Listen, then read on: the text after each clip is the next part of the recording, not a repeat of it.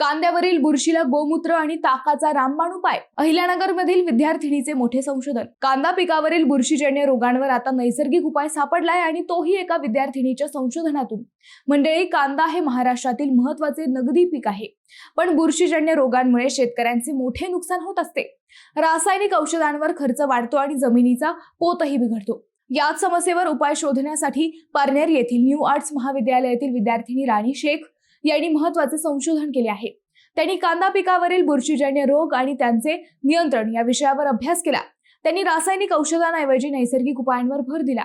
विविध वनस्पतींचे अर्क, गायीचे गोमूत्र आणि ताक यांचा वापर करून प्रयोग करण्यात आले आणि या प्रयोगांमधून बुरशीवर प्रभावी नियंत्रण मिळवता येते हे सिद्ध झाले.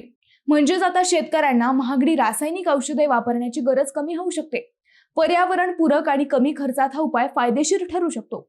विशेष म्हणजे हे संशोधन केवळ महाविद्यालय पुरते मर्यादित न राहता राष्ट्रीय आणि आंतरराष्ट्रीय स्तरावरही प्रकाशित झाले आहे.